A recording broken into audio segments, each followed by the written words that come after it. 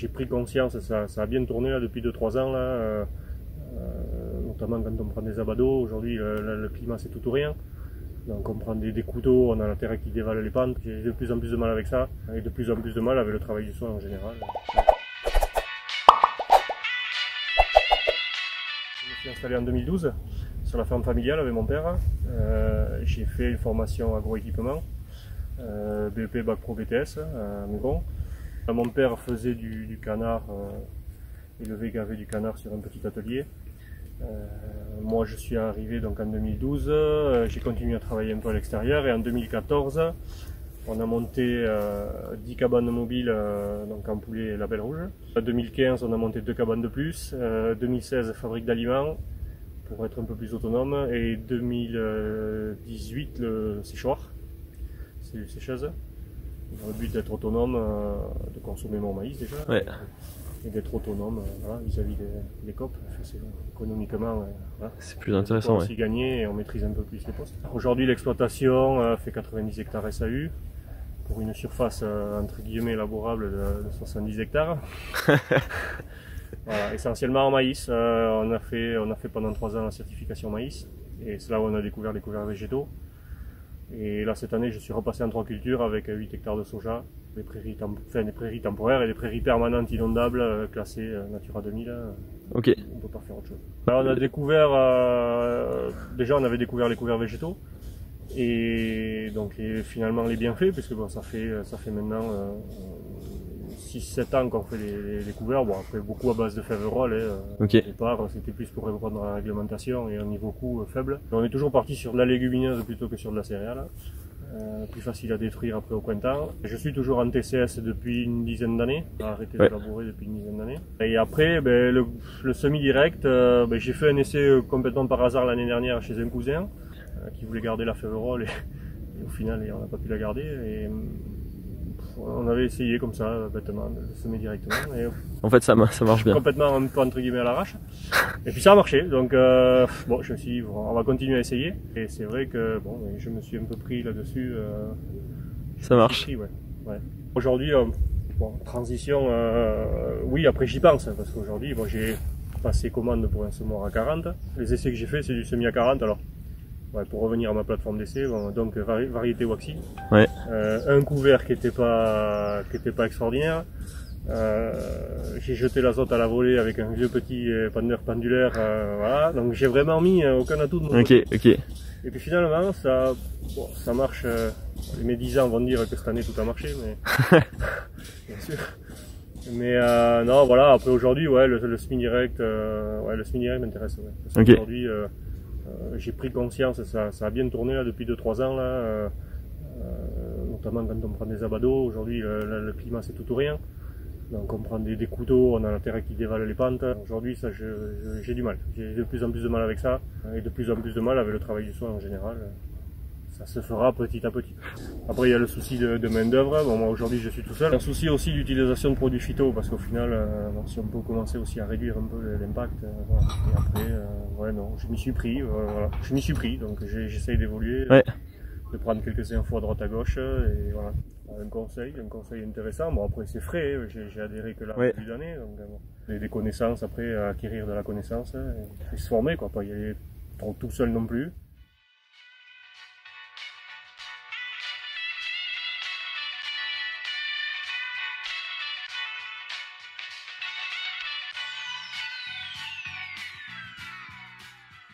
Moi c'est Bastien Lamotte, agronome chez AgroLigue sur le secteur sud-ouest. Avant d'arriver chez AgroLigue, j'ai travaillé pendant 7 ans dans un service agronomique, plutôt sur la comparaison de systèmes en agriculture de conservation des sols.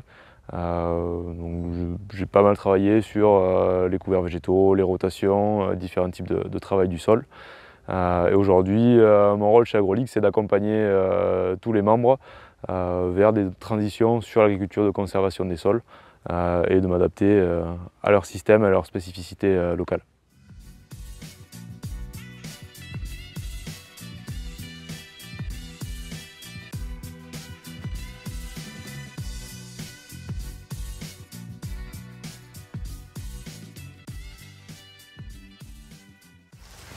Donc ça, à partir d'ici, c'est semaine direct, tout le long. Voilà. Et les essais sont comme ça. Donc. Et là on démarre, donc là on a le 937.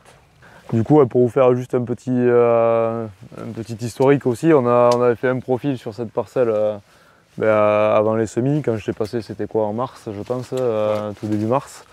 Et en structure superficielle, on avait des choses qui étaient quand même assez reprises en masse avec l'eau qu'on a pris cet hiver. On avait un couvert de faible rôle, mais qui n'était pas hyper développé. Ouais, qui a été semé à la volée avec un peu d'avoine et un coup de broyeur. Voilà. Donc il était comme il était, quoi. Voilà, mais un peu clair. Et donc quand on a vu la structure de surface, on s'est dit semi-direct, ça sera peut-être un petit peu compliqué. Et par contre, dessous, quand on a mis un coup de bêche, c'était super activité biologique, pas mal de vers de terre. On retrouvait une petite trace de la dent qui avait fissuré, de la grissème qui avait fissuré l'année dernière. Mais sinon, vraiment un profil intéressant. Là, on va voir, on va essayer d'enlever quelques morceaux, mais ça va être un petit peu plus dur. Et pour voir des choses quand c'est sec, c'est pas évident. Juste, est-ce que tu peux nous parler des conditions de semis quand tu as semé en termes de ressuyage? C'était tout début avril. En termes de ressuyage, c'était bon. C'était bon. Après, le semoir pas équipé, le semoir brut, c'est un John Deere, relativement lourd. Mais j'avais pas d'équipement, pas de discouvreur, pas de... T'as les chasses débris dessus? Débris, oui, mais je veux pas trop partisan de nettoyer trop la ligne de semis. Destruction du couvert, c'était quoi? Là, la première partie, rien. Il n'y a rien eu. Comme ça, le semoir direct et direct dedans. Ouais. Okay. Et après, si, il y a eu un coup de glypho. Il y a eu un coup de glypho à 1,5 litre. Et après, pour la petite histoire, après sur une bande au milieu des sillons, j'avais broyé mon couvert. Ah oui. Pareil, glypho et broyé. Et après la fin de mon essai, il est fait en TCS, comme le reste. C'est vrai qu'on a pris tout le mois de mars quand même assez sec, on va dire. Et en termes de ressuyage, c'était vraiment pas mal. En termes de date de semis, souvent ce qui se disait au départ ce qui se disait au départ du semis direct, c'est que les semis précoces étaient dangereux par rapport à la température du sol.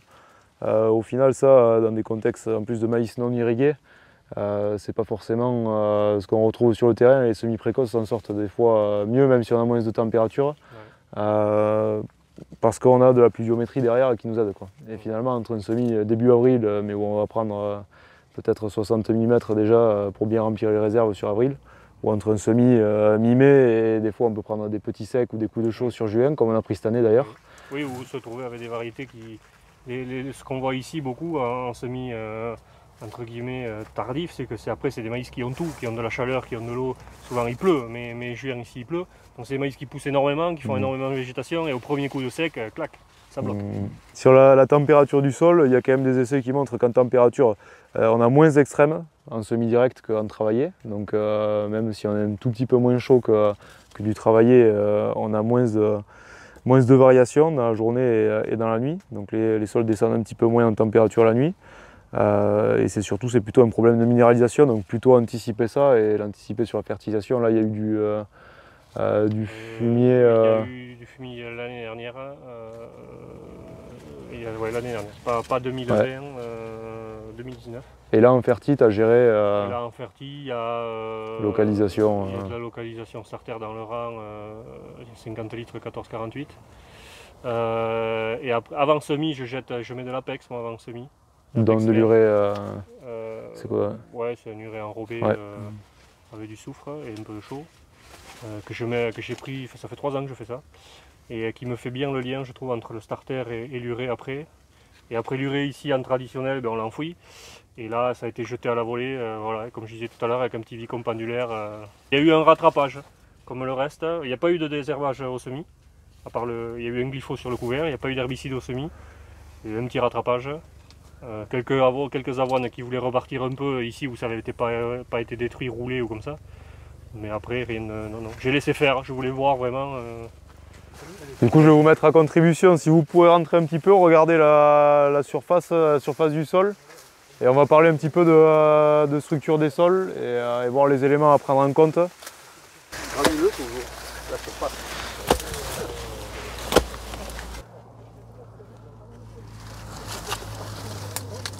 Derrière, ils sont loin. Ouais, là, ils sont plutôt en pause. Ouais. Déjà en surface, est-ce qu'on peut voir des éléments? Et qu'est-ce que vous allez voir sur vos parcelles quand vous regardez la structure, quand vous y allez? Il n'est pas trop lissé, s'il n'est pas trop fermé. Ouais.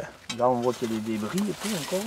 Du coup, c'est Jean-Marc qui nous donnait aussi une indication qui peut être intéressante, c'est regarder ce qu'on a sur le sol au moment où on va regarder la surface, la structure, pardon.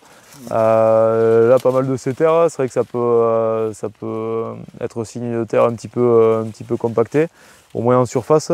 On peut en avoir d'autres, dont les régras aussi, plutôt sur culture d'hiver aussi, qui peuvent être plutôt de signes en anaérobie, donc des choses assez refermées. Tout ce qui est pâturin aussi, qu'on peut retrouver pas mal dans les maïs ou même dans les couverts d'automne, on peut avoir du pâturin, surtout sur les trucs qu'on déchaume sur l'automne.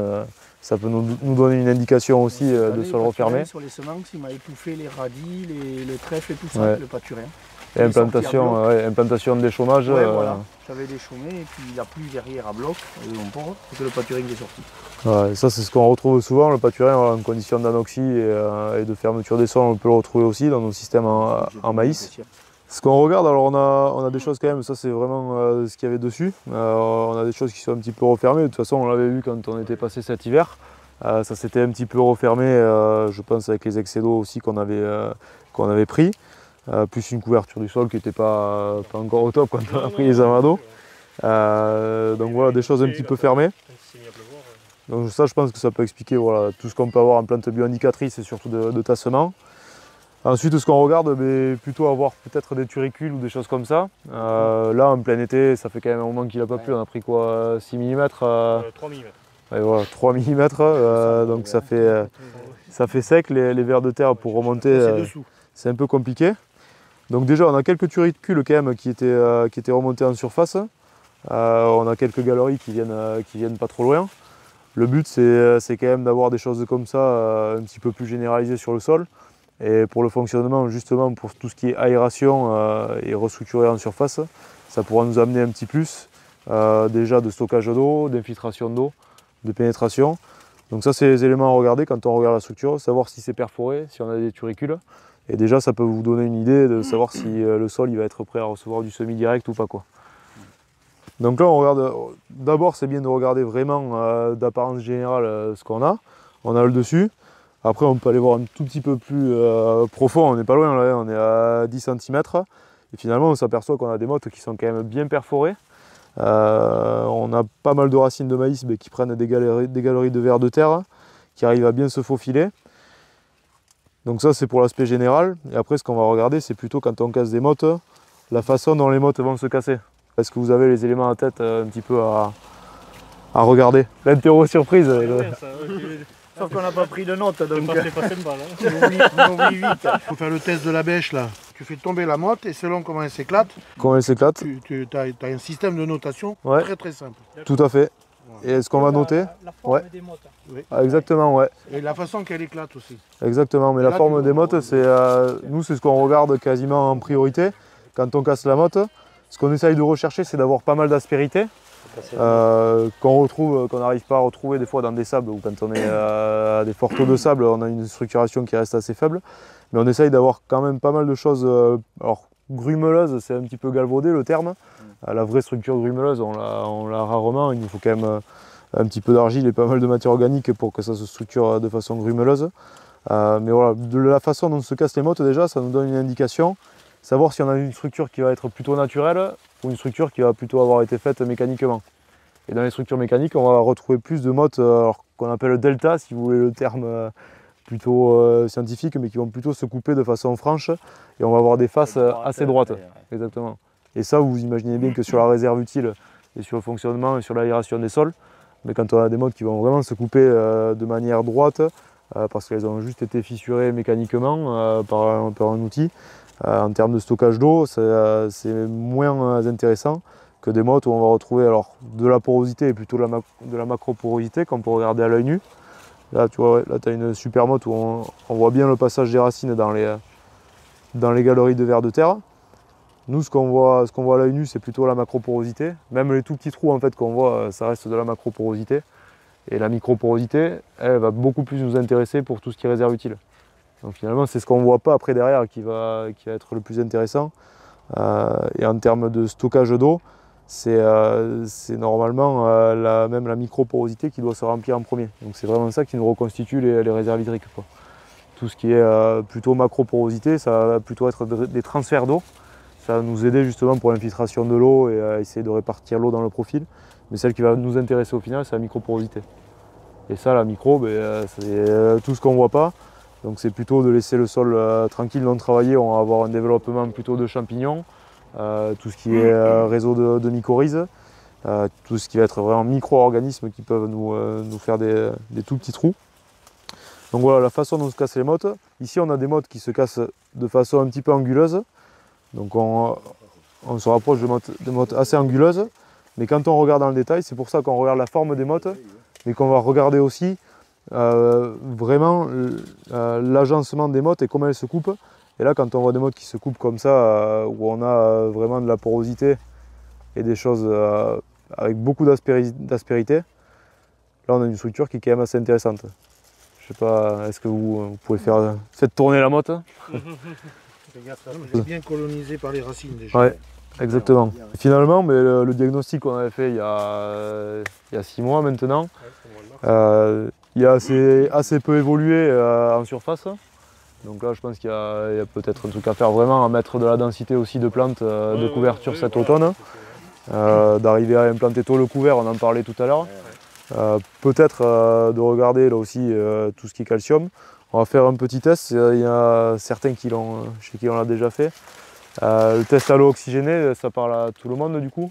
Le taux à peu près des analyses, qu'est-ce que ça donne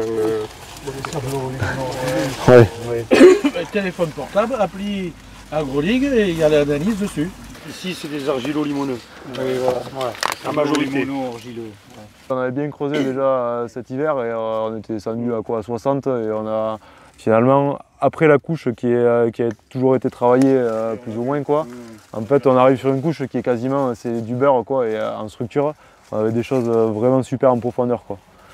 C'est pour ça que quand on a parlé, finalement le semi-direct, c'était plutôt la structure de surface qui nous faisait un petit peu peur pour l'implantation, mais dessous on avait des structures au top et on se doutait qu'en enracinement ça serait bien, quoi. Et là on le retrouve quand même, au moins sur les premiers centimètres, on a un enracinement qui a l'air assez homogène et avec pas mal de galeries de verre qui sont restées en place. Pour voir un petit peu la part de carbone, plutôt essayer de faire la distinction entre le carbone labile et le carbone plutôt stable dans le sol. Donc là on a une réaction qui est plutôt lente. C'est pas étonnant sur les zones où ça commence à être sec comme ça. Les maïs commencent à entrer un petit peu en sénescence. Globalement, on a des réactions dans les maïs qui sont importantes, on l'a vu avec Gilles. Des maïs qui sont encore bien en bon état, qui font encore une bonne photosynthèse. Ce test-là, il nous aide à voir vraiment le carbone labile. Donc quand ça mousse très vite et assez fort d'entrée, c'est qu'on a une proportion plutôt de sucre soluble et de chaînes carbonées assez courtes, qui vont plutôt avoir un effet de nourrir les micro-organismes du sol, vraiment fournir l'énergie plutôt tous les jours aux micro-organismes. Et quand on a une réaction qui est plus lente, où on s'abule plutôt sur la fin, là on est plutôt sur ça, ça veut dire qu'à l'instant T, on a plutôt du carbone qui est sous forme stable et on a moins de carbone labile dans le sol. Donc ça peut être lié déjà à l'état d'humidité du sol. Et après, quand on commence à avoir des plantes comme ça qui entrent en sénescence, la photosynthèse est plus hyper optimale. On a beaucoup moins d'exudats racinaires. Et sur le carbone labile, c'est une part qu'on a souvent un petit peu sous-estimée dans tout ce qui est modèle de création de matière organique. Finalement, c'est plutôt cette part-là de carbone qui vient beaucoup des exudats racinaires, qui a une grosse influence sur l'humification. Plutôt en nourrissant tout ce qui va être mycorhizes et champignons, et eux ils sont à la base de l'humification, c'est eux qui vont nous transformer plutôt la lignine. Tout ce qu'on va retourner au sol, on va avoir une part de lignine, mais finalement la matière organique stable, en fait c'est pas de la lignine.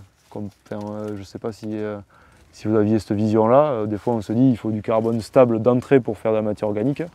Et en fait, la lignine, c'est plutôt toute notre matière organique fraîche qu'on restitue au sol. Il va nous falloir un temps plus ou moins long pour la dégrader. Et en fait, toute la matière organique stable, c'est des particules qui vont être très très fines, quoi, plus fines que des limons ou des argiles. Et en fait, toute notre matière organique grossière est plutôt particulière.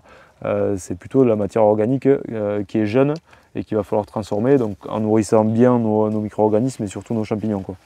Combien de matière organique ici? 1,3, 1,4. Donc là, si vous voyez, ça continue de buller, mais on a eu au départ une réaction qui était assez faible. Hier, c'est pareil, on a fait le test sur des sojas qui étaient encore bien verts. On avait des réactions qui étaient plus importantes que ça, avec des bulles assez rapidement. C'est plutôt ça, c'est des tests assez faciles que vous pouvez faire chez vous. Quand est-ce que c'est le bon moment pour le faire? Le but, c'est de le faire plutôt sur des moments où tu n'es pas en période d'extrême. Comme pour toutes les analyses classiques, c'est de ne pas le faire quand ton sol il est trop sec ou gorgé d'eau, ou quand il fait trop froid. Ouais, là c'était pas mal. On était sur des températures où on n'était encore pas sur des grosses cagnards. Le sol était encore un petit peu frais. Là, c'est des moments qui sont intéressants, quoi. Et sur ceux qui font des céréales d'hiver? Céréales d'hiver, je pense qu'on peut avoir des moments. Alors, tu l'as dit, il n'y a aucune année climatique qui se ressemble. Mais plutôt sur fin février-mars, ça donne des bonnes idées. Sur céréales, quand on a des conditions humides, même jusqu'à juin, des fois, et quand on a encore une bonne photosynthèse des céréales qui sont encore bien vertes, on voit qu'on a pas mal de restitution de carbone, quoi. C'est un test, c'est pour ça qu'on appelle le faire. C'est pas des vraies analyses, mais quand on fait les analyses de sol, déjà on a un autre indicateur, on va vraiment quantifier, quoi. Là, ça nous donne une idée. C'est plutôt pour faire, l'idée c'est d'avoir des tests un petit peu plus répétables, entre guillemets, et de t'en faire à la rigueur sur ta parcelle. Hier, tu vois, chez Gilles, on a fait sur la même parcelle, on l'a fait 3 ou 4 fois, quoi. Et avec des résultats un petit peu différents. Tu vois, on avait une humidité qui était pas mal parce qu'il y avait eu un tour d'irrigation il y a une semaine. En le faisant entre le milieu du rang vraiment et sous les racines de maïs, là on arrive vraiment à voir l'effet du maïs qui nous restitue plutôt du carbone assez labile, quoi. On dit la matière organique, mais il y a plusieurs matières organiques. Plutôt 3 compartiments, on en parlait tout à l'heure, matière organique plutôt fraîche, verte, matière organique intermédiaire et après l'humus plutôt stable. Et finalement, dans des terres noires où on est plutôt sur des monocultures maïs aussi, globalement quand même, du maïs souvent en tout cas si c'est pas de la monoculture, on ramène quand même beaucoup de choses plutôt lignifiées. Si on est en TCS, voilà, peu importe le travail du sol, on a quand même un fonctionnement des micro-organismes, voire des champignons qui est correct. Et je pense qu'on favorise plutôt de la fixation de matière organique, mais qui n'est pas forcément optimale pour faire de la matière organique stable, quoi. On va plutôt avoir des choses qui vont se dégrader, mais plutôt de manière grossière. Et on va avoir un pool de matière organique, mais finalement qui va rester des matières organiques jeunes, quoi. Donc sur les analyses où on fait les analyses classiques plutôt de matière organique totale, finalement on ne va pas forcément voir aussi ces différences où on peut aller en fractionnant la matière organique, savoir si plutôt on a des choses assez grossières, où finalement c'est de la matière organique assez jeune et on n'arrive pas à l'humifier. Et finalement il faut vraiment chercher à avoir de la matière organique. Alors d'avoir les deux, il faut toujours un équilibre, mais avoir un vrai système d'humification pour créer de la matière organique stable, qui elle, chimiquement et même physiquement, va avoir plus d'intérêt même que nos molécules grossières.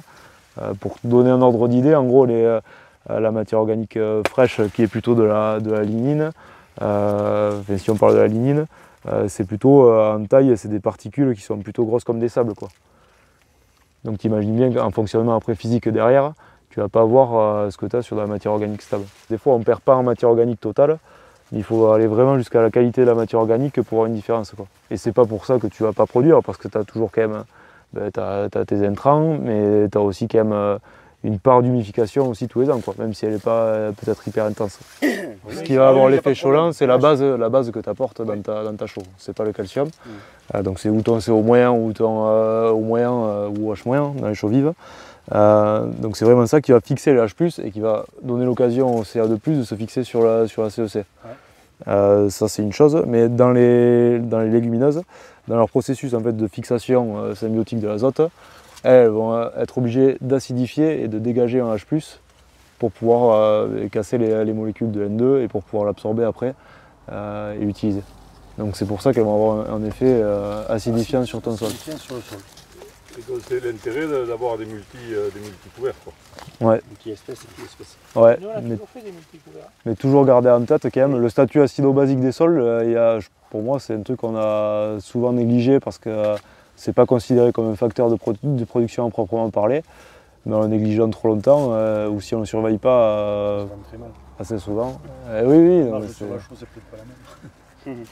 Non, mais c'est sûr. Mais pour moi, c'est un élément central, quoi. Et le calcium, pour moi, c'est un élément central. Pour les micro-organismes, on a dit, c'est ça qui joue dans leur bon fonctionnement. Pour la colonisation racinaire et juste la division cellulaire dans tout ce qui est enracinement des cultures, c'est hyper important. Le calcium, ça s'absorbe vraiment sur les stades jeunes de la culture. C'est ça qui va nous faire le développement racinaire. Plutôt la résistance mécanique, parce que le calcium, après, c'est utilisé dans tout ce qui est parois cellulosiques des tissus végétaux. Et c'est vraiment ça qui va nous faire les premières résistances de la culture aux premiers bioagresseurs, quoi. Et ils expliquent aussi une amélioration de la pénétration de l'eau. Ouais. Par la floculation de la surface. Et après, il y a l'effet plutôt physique où ça peut floculer en surface. C'est pour ça, nous, quand les pH sont bons, et si c'est vraiment juste pour aller essayer de travailler à la surface, il y a des essais sur le gypse qui sont intéressants, ou même vous essayez avec un sac de plâtre sur une partie de la parcelle, quoi, 10 par 10, et vous faites 1 tonne, ça va correspondre à 2 tonnes après en gros de gypse, c'est du sulfate de calcium. Et en structuration et en floculation des argiles, c'est énorme l'intérêt qu'il y a.